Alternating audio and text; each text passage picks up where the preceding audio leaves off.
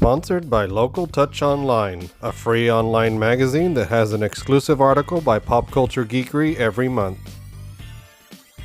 Are you looking for a home in New Braunfels or the surrounding areas? Lorna Gentz is the realtor for you.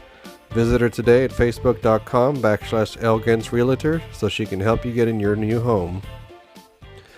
Hello everyone and welcome to another episode of Pop Culture Geekery. I'm Joe Solis and tonight I've got a special guest. I've got Chuck Pineau. Did I say your name right? It's Pineau. It's kind of like the wine. Oh, okay. That's how. Once I tell them it's the wine, they all get it. They're like, oh yeah, all right, Pinot Noir, good. Man, and I was really gonna try to get that right. You were I'm sorry. close. You were Yeah. probably some of the closest. But so Chuck is what I consider the Hill Country's best kept secret because he is a local comic creator. I think I just made him blush. You did. Did we pick that up on the camera? Oh, totally.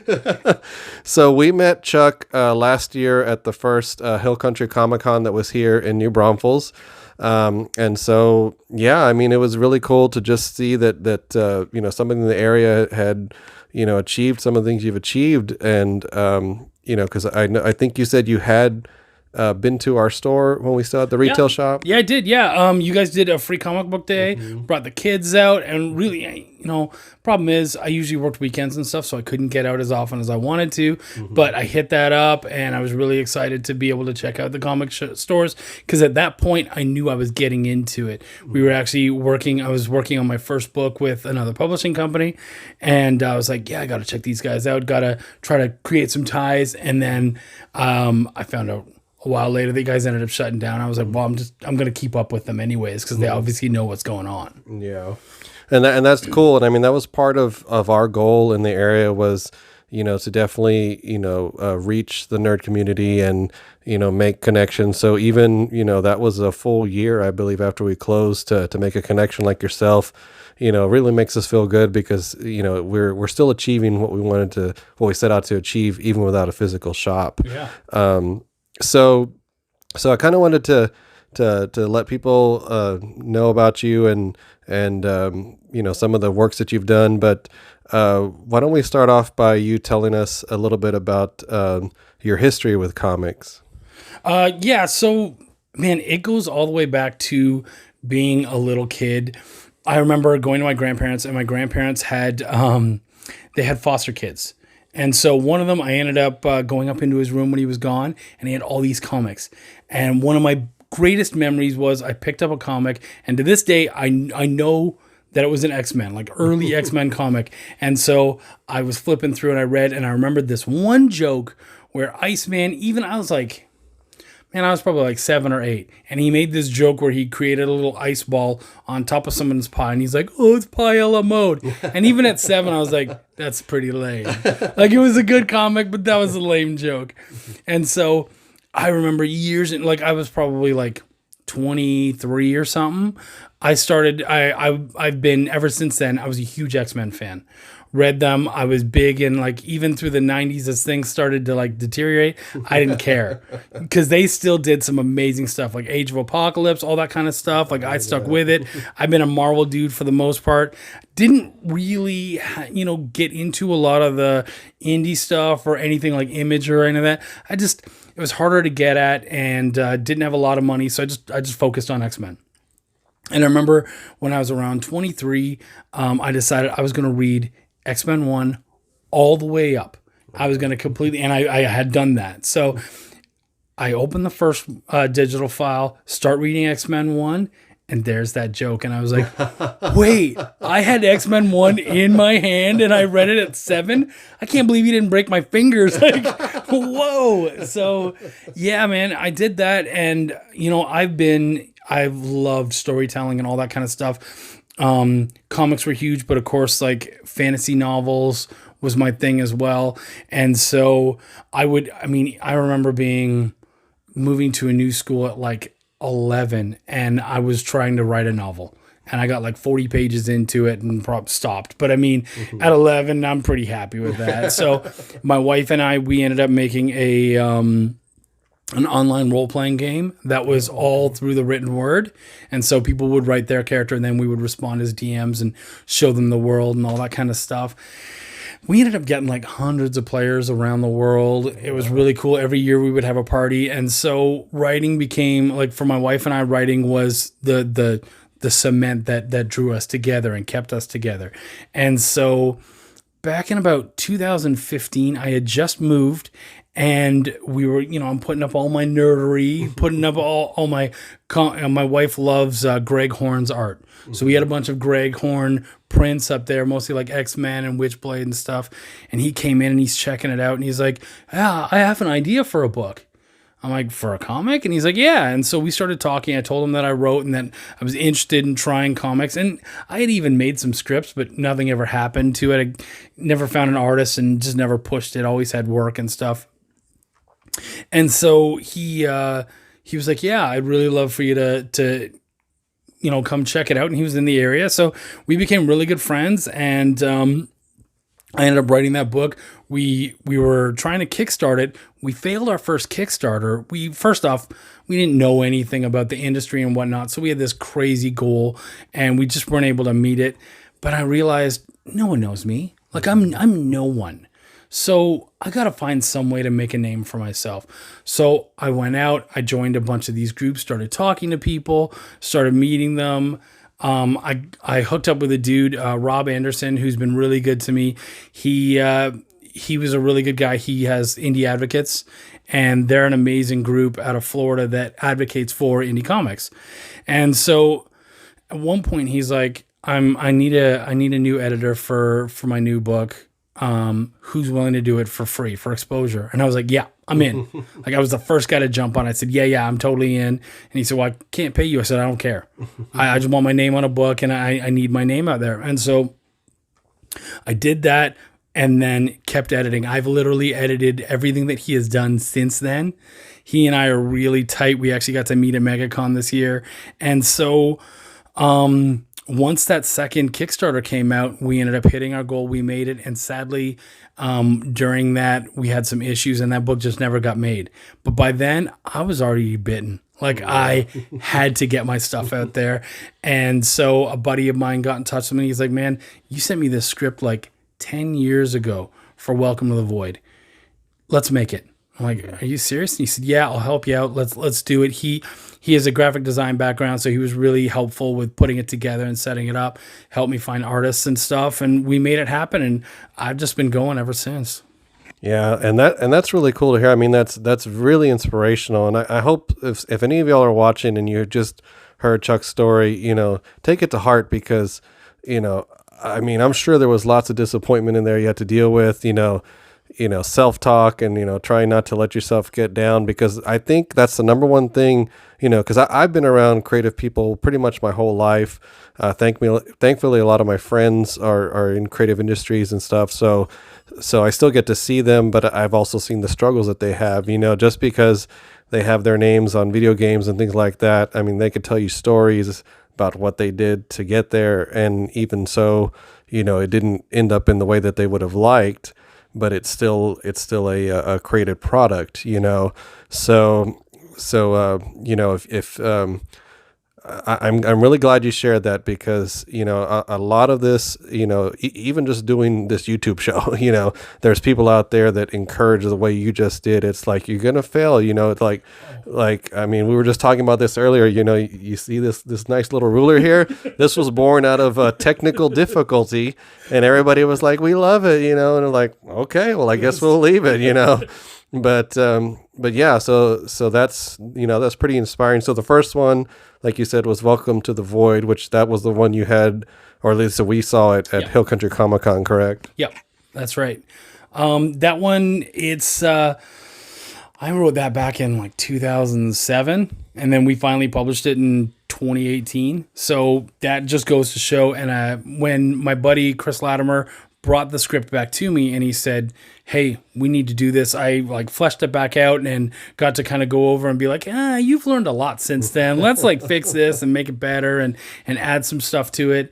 And even then, though, I'm able to look back at that and go, okay, we've learned a lot since then. If I had to remake that, it'd be a lot better. Mm-hmm. But the thing is that you don't I see so many people who create their comics and then they go, oh man, I could do it better. I'm going to redo it. And it's like, no, dude, we need to see issue 2. Like we need you to do more stuff. Keep at it. So, but Welcome to the Void, to get back onto it, is about a guy named Manny, and it's kind of my modern day take on magic. The idea basically is if a faith healer can mend someone's bones, or a Wiccan can light a flame, they're using their faith to create something that normally should not be possible. And so I always wondered, where's that energy coming from? Like, how do they do that? And so for me, I believe that if you have 100% faith in something, you could do anything. But how do you even get that? You know what I mean? Mm-hmm. So I imagine this world called, or this sort of like side dimension called the Void. And that's where all that energy, it's almost like a creative energy. And they're able to pull that and breach that through true faith. Mm-hmm. But Manny finds that dimension. He doesn't need faith anymore. He can just do stuff because he knows where to pull it from. And so through that series, we'll be able to see kind of how does that affect a person over time, that power, that knowledge, knowing that you can do that. Does it go good? Does it go bad? Like, it just means that when you do something really bad, it's really bad. When you do something really good, it's really good. So it creates a real like teeter-totter sort of effect. Yeah, and that one, like I said, we got to see it at Hill Country Comic-Con, and then, shortly after is when we, started communicating with you. I know you do have your own channel as well, which we'll definitely promote here at the end. But right after that, I saw you had this Kickstarter for, was it Belial? Yeah. Is that how you pronounce it? Yeah. So that one, what was your role on that one? Belial was really cool. When I was doing Welcome to the Void, the inker for that is my good buddy Sean Barber, and props to Sean. Love you, buddy. And he's such a good dude, so good about helping other people and getting indie stuff out there. And he was new to it as well. And he came to me and he said, you know what, I have this idea. I really want to make it. And he came to me with the idea of the original creator of Hell was Belial. And then when Lucifer came down, Lucifer took over or was given Hell, and he just gave it to him. And so he said, I want to see when Belial takes it back. And I was like, oh, that's a really cool idea. And so I mapped out this 4 or 5 issue series idea that I had, and he loved it. And then when I started writing it, I realized something about myself. I can't do demons really well, in the fact that I hate the idea of absolute, utter evil. Mm-hmm. And so I've seen that Hell book 1,000 times. And I don't want to write that Hell book because it's going to be red, white, and black, like with lots of gray in there. Everything's going to be dripping blood and evil. And it's like, you've read it. Mm-hmm. So what can we do to really splash that up and have some fun with it? So I made it a comedy. Yeah. And I gave Belial his own bar, and it was like this really crappy bar and all this kind of stuff. And he had this little imp for a sidekick, and I just got to have a lot of fun with it. And so that book, to me, like, if Welcome to the Void is my soul, Belial's my sense of humor and my personality. And so we just had so much fun with that one. So we're now trying to push out the second issue of both of those books and keep pushing those forward. Yeah, because that one was funded. We actually got to back that one. But then your latest one, it's still pretty new to me because I haven't even really had a chance to explore it. But I know that this one is a little bit more unique than your other ones, and this one is called Essence House. You want to tell us about that one? Yeah. So Essence House it's not a comic. Mm-hmm. So Essence House is what we call an audio drama. And so my buddy Eric Cockrell, who he's done one of the books that I edited called Dulce, he came to me with this really neat idea. And we started writing it originally like for NaNoWriMo. We were National Novel Writing Month, in case you guys don't know. And we were going to write a set of novels. And then as we got into it, it just became harder and harder. And the first year we didn't get a lot of traction. So he came to me the next year and he's like, hey, let's try this again. And as we started doing it, we started realizing that it felt a little more episodic, the way we were writing it. So then we thought, what if we do it as an audiobook? And then audiobook became, what if we do it like the old radio programs that like our grandparents listened to like in the 40s and stuff? So we were like, yeah, that's a really cool idea.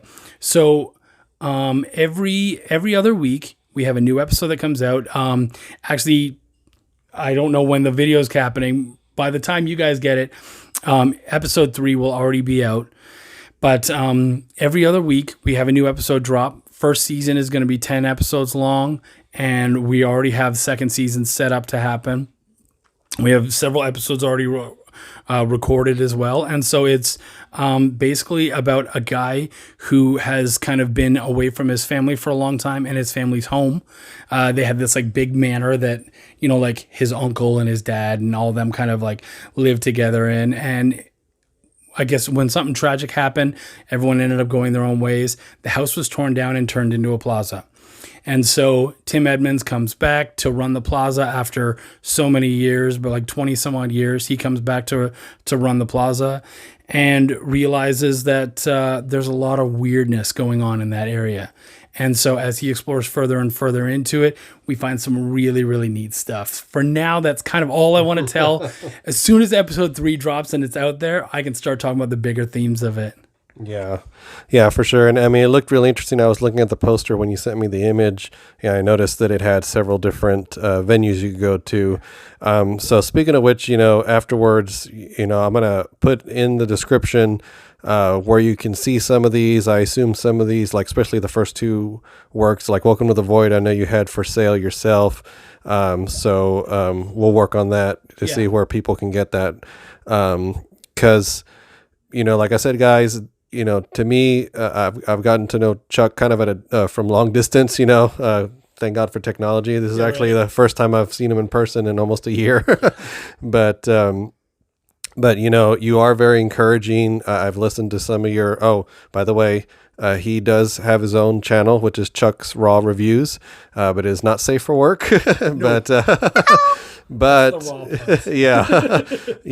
you have some very inspirational stuff, and I think that's one of the reasons that I continue to follow you and listen to what you had to say, because you were very inspirational, and I think that's helpful.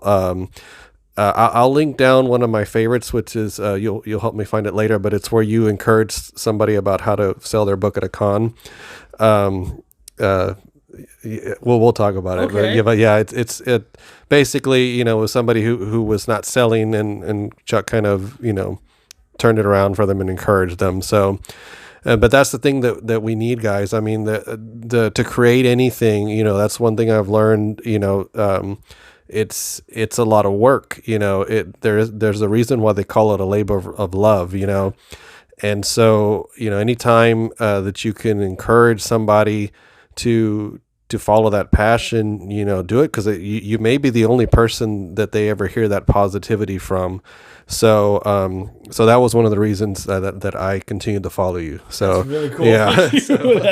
that's you, dude. You gotta like. We should put some cover up, because I'm gonna be blushing a bunch. Oh, thank you. That's pretty awesome. I really appreciate that. Yeah. Well, you know, I just think it needs to be said, man, because I mean, you know, especially, you know, this is being posted on social media, which can be one of the hardest, most negative places in the world. Yeah. But, you know, every now and then you see those faith in humanity restored posts, you know. And so, you know, I know with our show, that's kind of what, you know, our point is just to get the pop culture stuff out there, and hopefully so that way you can enjoy it as well. And if there's stuff that you don't enjoy, we usually just leave it alone. Like I have yet to do a negative video, and I probably never will. But anyway, so yeah, we're going to put down all that stuff in the description below of, you know, where you can find all this stuff for Chuck. One last thing though, I also wanted to bring Chuck on here too, to announce that he's actually going to be doing a new segment for Pop Culture Geekery called Chuck's Comic Corner. So thanks for agreeing to do that. You know, he already pushes a lot of indie books, which you can see at Chuck's Raw Reviews, as long as you're not at work. And, you know, one of the probably the biggest independent publisher out there is Image Comics. Yeah.